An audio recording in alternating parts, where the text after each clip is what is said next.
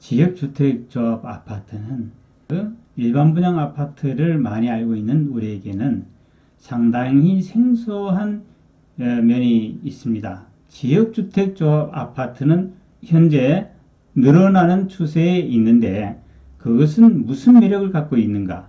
그것을 먼저 살펴보면 두 가지 면이 있습니다. 첫 번째는 까다롭지가 않습니다.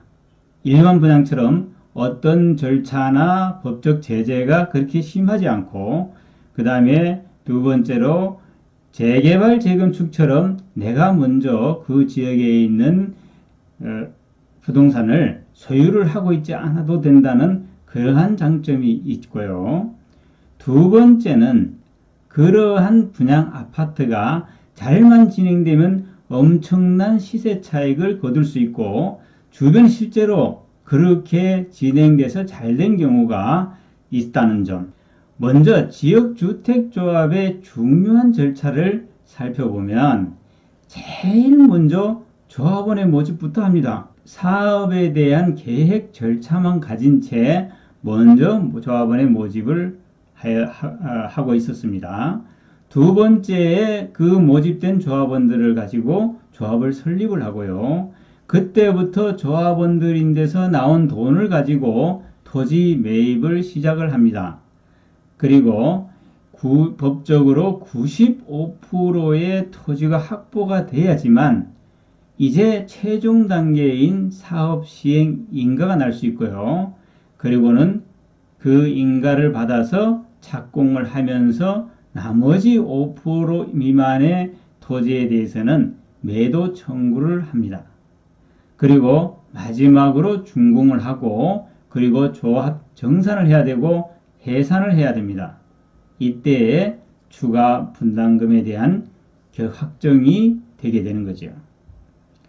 그러면 실제의 사례들을 살펴봤을 때 거기에서 어떠한 문제점들이 있었던가, 한 5번까지 정도의 문제점을 요약을 할 수가 있습니다.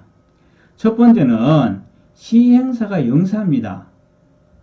사업의 불투명성과 그리고 어떻게 될지도 모르는 장기적인 사업이기 때문에 능력 있고 돈 있는 사업자는 이러한 사업에 뛰어들지를 않습니다. 그 다음에 실제 사례를 통해서 살펴본 문제점 두 번째는, 과거에는 시행사가 마음대로 조합원의 돈을 가지고 자기네 통장으로 돈을 넣게 만들어 놓고 그 돈을 마음대로 인출하여 사용함으로써 횡령 및 금전 사고가 발생하는 경우가 종종 있었습니다.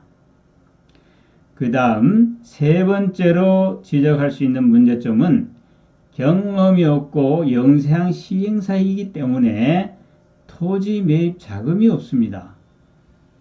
그래서 이 자금을 조합원들을 모집해서 그 돈으로 일부 충당하고 그 모자라는 나머지를 사채를 끌어와 쓰다 보니까 토지 매입 과정이 너무 오래 걸리고, 그 오래 걸리는 기간 가운데 발생하는 문제가 비싼 사채에 준하는 이자의 부담이 있고요. 그리고 그 기간이 길어지면 길어질수록 땅을 가진 지주들이 내성이 생겨서, 그래서 점차 자기네 땅에 대한 가치를 부풀려서 요구를 하게 됩니다.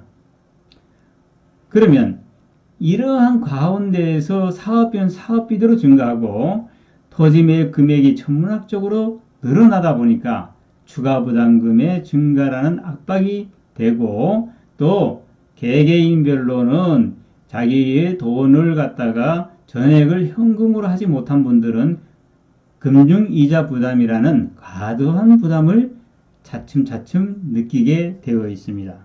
네 번째는 시공사가 마지막 건축을 끝내놓고 나서 아니면 건축을 진행한 중에 건축비 증가를 추가로 요구를 하는 경우가 있습니다.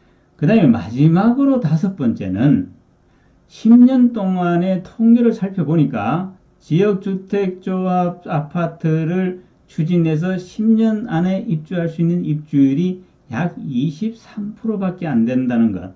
이것이 또 하나의 문제점으로 드러나게 되어 있습니다. 이러한 문제점을 해소하기 위한 방안으로 현재 진행 중인 법적인 제도를 한번 살펴보고자 합니다.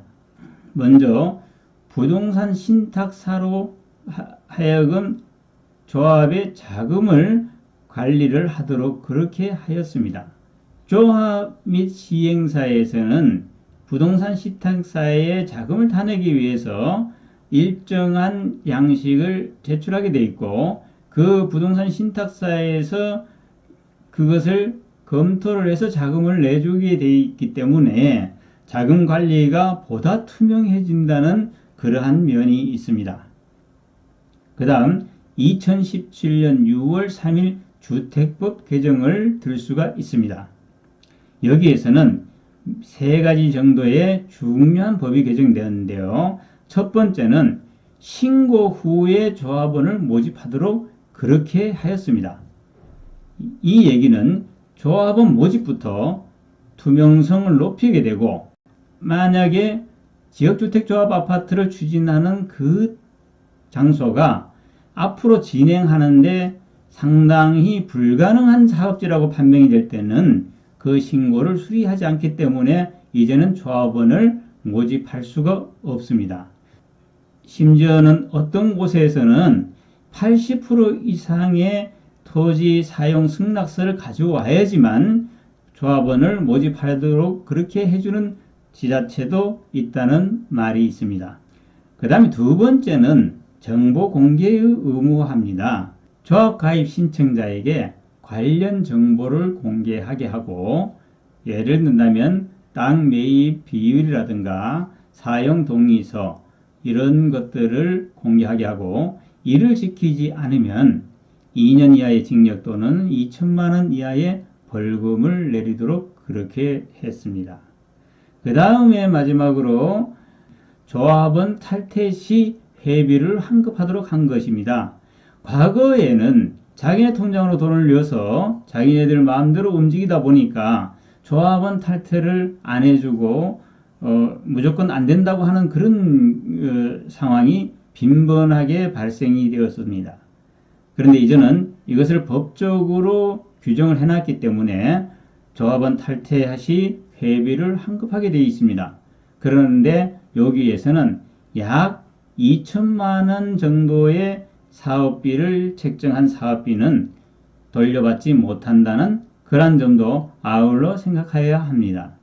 자, 이러한 제도는 일부 터무니없는 과거의 실패 사례는 예방을 한다고 하지만은 가장 중요한 점, 특히 땅 매입 문제라든가 시행사가 방만한 경영을 한다든가 조합이 비리를 저지른다든가 이러한 것을 완전히 해소하기에는 어려운 점들이 있습니다.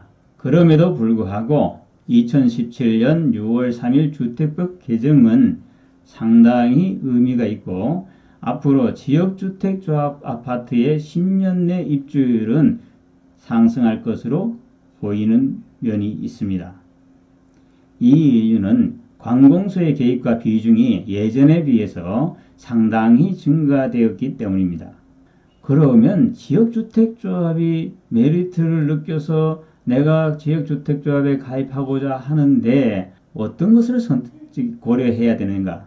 거기에 대해서 6가지를 한번 살펴보겠습니다. 제일 먼저는 시행사가 문제입니다. 시행사가 신뢰가 가고 경험이 많다면 정말 좋지요. 그러나 대다수 시행사는 영세업체이기 때문에 파악이 실제로 어렵습니다. 과거의 실적이라든가 그 회사의 자금 규모 이런 것들이 베일에 쌓여 있죠. 돈 있는 기업이 왜 위험한 사업을 시작하겠습니까? 두 번째는 조합원 모집입니다. 조합원 모집이 어려워 보이는 것은 아예 들여다보지도 마십시오. 예를 들어서 시세 차익이 없는 곳, 위치가 안 좋은 곳 이런 곳은 조합원 모집이 어려워 보이기 때문에 그런 곳 아니더라도 지역주택조합 아파트 모집하는 곳은 널려 있습니다. 그 다음에 세 번째로는 토지 매입이 제일 중요합니다. 뭐니 해도 땅입니다. 그래서 그 지역을 둘러보고 낙후도를 점검합니다. 상가 밀집 지역이나 새로 신축한 건물이 여기저기 보인다거나 큰 건물 혹은 큰 대지가 있는 곳은 알박기 소지가 나중에 생길 수 있기 때문에 주의해야 합니다. 그리고 특별히 종교단체나 어떤 단체의 소유의 건물이 있는 경우에는 그 단체의 의견 통일이 대체적으로 어려우므로 시간을 장기간 소요하면서 결국은 그 사업을 어렵게 하는 요인이 되기 때문입니다. 네 번째, 이것도 상당히 중요합니다. 앞서 법이 2017년 6월 3일 날 개정이 되었습니다. 그래서 이 법은 소급 적용이 안 됩니다.